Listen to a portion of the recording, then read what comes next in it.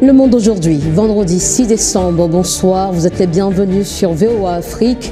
Je suis Alexandrine Trollognon avec vous en direct de Washington. Voici les titres.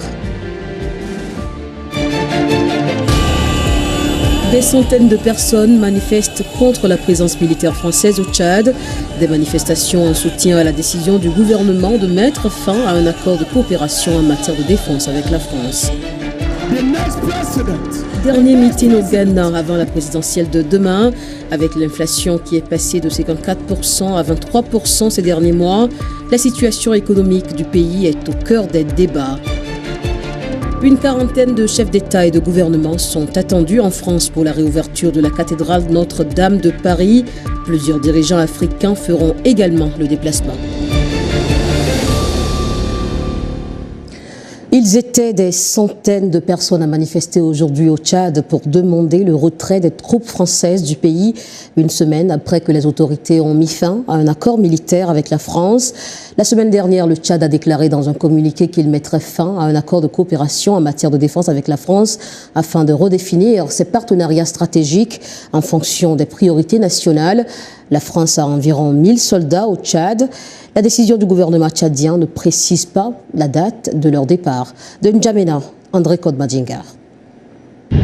Rupture de l'accord de coopération militaire avec la France, une manifestation de soutien populaire au gouvernement tchadien s'est déroulée ce vendredi à N'Djamena. Ces manifestants bourrés dans les véhicules à moto et quelques-uns à pied exprimaient leur ras-le-bol en scannant les slogans tels que « France dégage »,« France, tu as assez pillé nos ressources », la présence des troupes françaises sur le sol tchadien est inutile, « France bara » en arabe local qui signifie « France dehors ». Certains manifestants brûlent même les drapeaux français sur leur passage. Paradoxalement, un leader religieux bien connu pour avoir déclaré en 2022 que manifester dans la rue contre les autorités est un péché se retrouve parmi le groupe des manifestants ce vendredi. Une information qui fait de buzz sur les réseaux sociaux. Cependant, certains Tchadiens, conscients de la réalité économique et politique désastreuse imposée par le système depuis plus de 30 ans, ont refusé de se livrer à ce jeu. L'ancien président ghanéen John Mahama est l'un des principaux adversaires du candidat du parti au pouvoir Mahamadou Bawumia lors des élections nationales ghanéennes de demain. La situation économique du pays est au cœur des débats. Mahama promet de soutenir la création d'emplois et l'économie qui se remet d'un défaut de paiement de la dette extérieure de 30 milliards de dollars en 2022. Bawumia, de son côté, déclare que malgré les difficultés liées à la pandémie post-Covid et les pressions internes, il s'engage à renforcer l'économie. C'est un reportage de Mariama Djello, repris par Djilidiko. Dans les rues de la capitale ghanéenne Accra, les panneaux publicitaires des différents candidats en lice pour l'élection présidentielle de décembre sont omniprésents. L'excitation des électeurs est palpable. Depuis 1992, le pays est gouverné par deux partis politiques, le National Democratic Congress ou le New Patriotic Party, et cela ne devrait pas changer selon l'analyste Kwame Assa Asante. De 1992 à 2020, les partis mineurs, si l'on met bout à bout toutes leurs performances, en moyenne, ils n'ont pas atteint les 5%. Ils n'ont pas réussi à se faire élire. Ils n'ont pas dépassé les 5%. Mais c'est vrai aussi, s'ils peuvent atteindre plus de 4% de leur force, ils sont capables de pousser l'élection à un second tour. Certains électeurs se disent fatigués des deux partis et n'ont pas encore décidé pour qui ils allaient voter. Depuis 1992 jusqu'à cette année, nous n'avons pas changé de parti. Tous les jours, c'est NPP, NDC. Nous voulons du changement. Le Ghana est le deuxième producteur mondial de cacao selon le programme des Nations Unies pour le développement, mais le pays a fait défaut sur la majeure partie de sa dette extérieure de 30 milliards de dollars en 2022, après que les effets d'années d'emprunt aient été aggravés par l'impact mondial de la pandémie de Covid-19. L'économie jouera un rôle important parce que c'est une question de base. Nous avons vu à maintes reprises qu'à chaque fois que l'économie est très difficile, la campagne devient difficile pour le gouvernement en place. Un point de vue partagé par John Taden, professeur adjoint à l'université Pepperdine en Californie. Au Ghana, l'inflation a atteint un niveau historique de 54% au cours des 18 derniers mois. Mais à l'intérieur du pays, ils ont dû faire face à de nombreuses protestations soutenues concernant l'exploitation minière illégale. Une crise qui a eu lieu dans le sud où des personnes sans permis d'exploitation minière se sont livrées à une destruction constante de l'environnement sans aucune surveillance ou restriction de la part du gouvernement. Ces problèmes ont poussé certains électeurs à dire qu'ils ne voteraient pas pour le gouvernement actuel. Ils préfèrent John Mahama du NDC, un ancien président qui a fait son retour et qui promet de booster le développement des entreprises et la création d'emplois. Actuellement, nous utilisons un système d'équipe unique. Si l'économie de 24 heures se met en place, il y aura 3 équipes. Par exemple, une centaine d'employés travaillent dans une organisation, donc si l'économie de 24 heures arrive, il y aura 300 employés. Aujourd'hui, vous allez acheter ceci, le prix est différent. Demain, le jour suivant, le prix est différent. Nous voulons donc un changement dans le système. D'autres disent qu'ils resteront avec le candidat du New Patriotic Party au pouvoir et actuel vice-président Mahamadou Bawumia, lui donnant tout le crédit pour certains des changements politiques que son parti a apportés au pays. Une politique dont je suis très heureux est la politique de numérisation. Cette politique consiste à créer des emplois en ligne, à rendre tout plus accessible et à abandonner les méthodes traditionnelles pour passer à la modernité. Bien que certains sondages suggèrent que les résultats pourraient pencher d'un côté ou de l'autre, certains analystes affirment que l'élection de cette année devrait être très compétitive. Une autre actualité en Afrique, au moins 90 morts dans les violences post-électorales au Mozambique. Un mouvement local issu de la société civile a comptabilisé 90 personnes tuées depuis le 21 octobre, date des premières manifestations, quelques jours après l'assassinat de 2 figures de l'opposition dans une embuscade dans la capitale Maputo. La victoire du parti historique au pouvoir, le Frelimo, est contestée depuis des semaines dans la rue par l'opposition qui affirme avoir gagné la présidentielle et a lancé une nouvelle phase de manifestation. Le Conseil constitutionnel doit confirmer les résultats électoraux au moins 2 semaines avant l'investiture en janvier de Daniel Chapo, le candidat du Frelimo déclaré vainqueur. Le choléra se répand rapidement au Sud-Soudan. Selon l'ONG Médecins sans frontières, au moins 737 cas ont été rapportés en un mois dans l'état du Nil supérieur, qui abrite des milliers de réfugiés. L'épidémie s'est répandue dans d'autres régions du pays, y compris dans la capitale Djouba. Selon les Nations Unies, l'épidémie était due à un accès limité à l'eau potable et à un assainissement déplorable. Le mois dernier, l'ONU a indiqué avoir obtenu plus de 280 000 doses de vaccins oral contre le choléra à distribuer dans les zones à risque de transmission.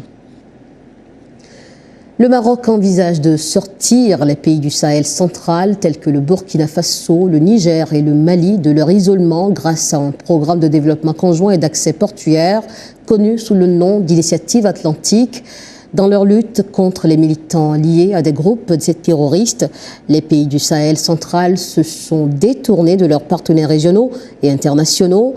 Que peuvent donc faire leurs voisins pour leur tendre la main? Les détails dans ce reportage d'Henry Wilkins, le récit est de Nathalie Barge. Les pays du Sahel central, le Burkina Faso, le Mali et le Niger poursuivent leur lutte contre les groupes armés qui ont semé l'instabilité dans la région.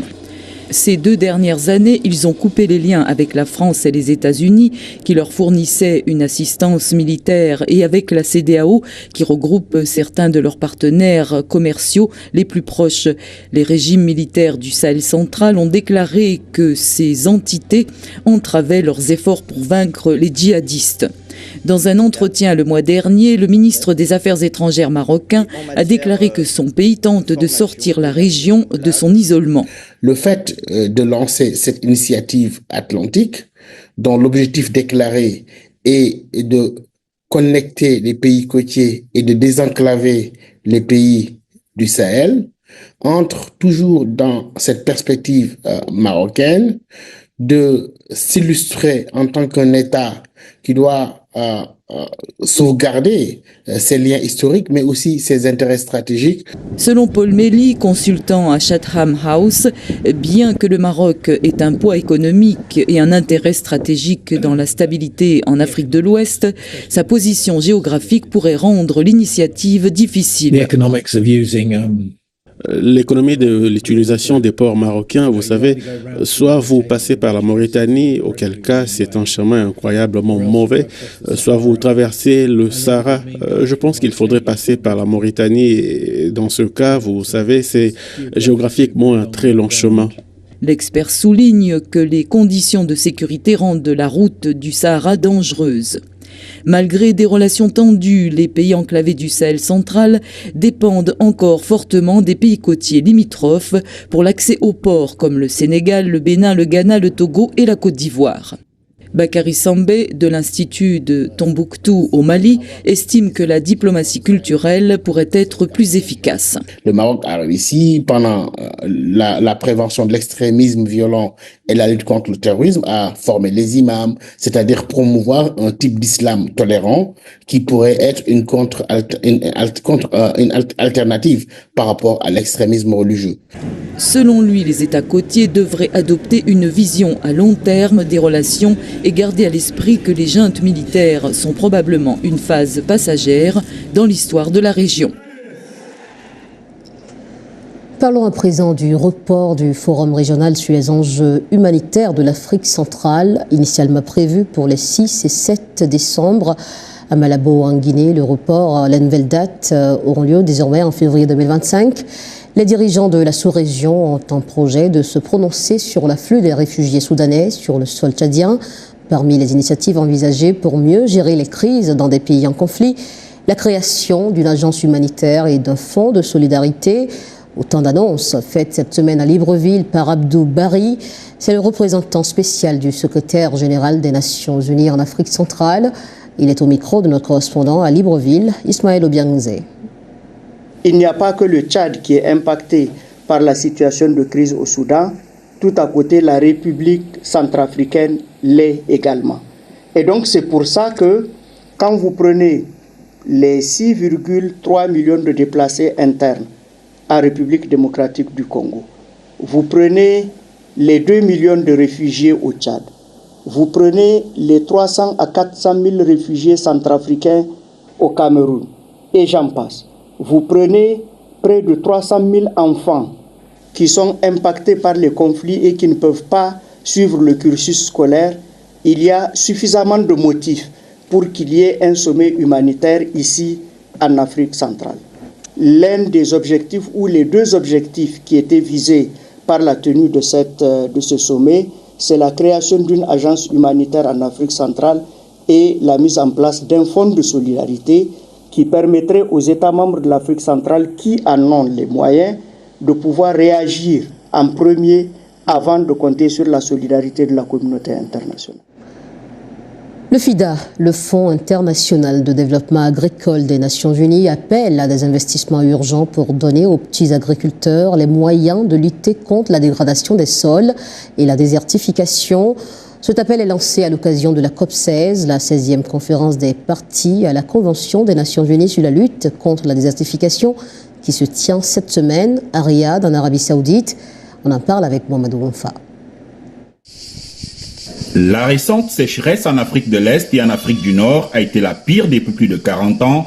Le Sahel, qui retient le Sahara du Nord, s'est déplacé de 200 km vers le sud au cours des 3 dernières décennies. Cette année, le Zimbabwe a connu la pire sécheresse de son histoire, ce qui a contraint le président Emmerson Mnangagwa à déclarer l'état de catastrophe dans tout le pays.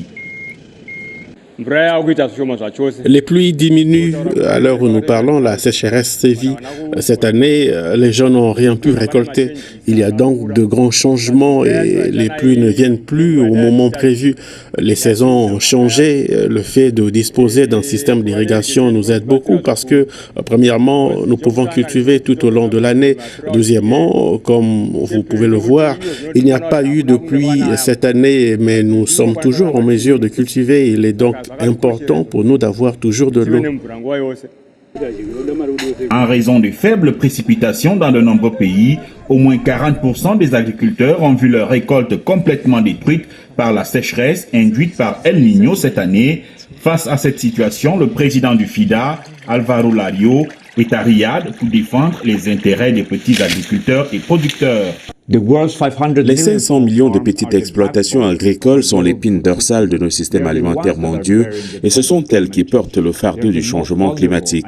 Elles sont les plus vulnérables et les moins privilégiées. Il est indispensable d'investir dans ces exploitations. Lors de la COP16, le FIDA entend insister sur les conséquences du manque d'investissement dans la sécurité alimentaire, la lutte contre la pauvreté et le renforcement de la stabilité. Le FIDA estime que la production alimentaire des petits exploitants est essentielle à la stabilité économique dans de nombreux pays en développement où l'agriculture est le moteur du PIB. Si rien n'est fait, alerte le FIDA, la dégradation des sols et le changement climatique pourraient contraindre jusqu'à 700 millions de personnes à migrer d'ici à 2050. Le réseau social TikTok risque d'être interdit ici aux États-Unis après qu'une cour d'appel a rejeté ce vendredi sa contestation d'une loi exigeant que l'application de partage de vidéos se sépare de sa société mère chinoise d'ici le 19 janvier. Le gouvernement américain estime que TikTok permet à Pékin de collecter des données et d'espionner les utilisateurs. Il affirme également que TikTok sert à diffuser de la propagande, bien que la Chine et le propriétaire de l'application ByteDance nient fermement ces allégations. Cette interdiction potentielle pourrait mettre à mal les relations entre les États-Unis et la Chine, au moment même où le président élu Donald Trump s'apprête à prendre ses fonctions le 20 janvier prochain. C'était l'essentiel de l'actualité dans le monde aujourd'hui, vendredi 6 décembre. Juste après la pause, nous parlerons culture et nous irons à Paris pour les préparatifs de la réouverture de la cathédrale Notre-Dame de Paris. Restez avec nous.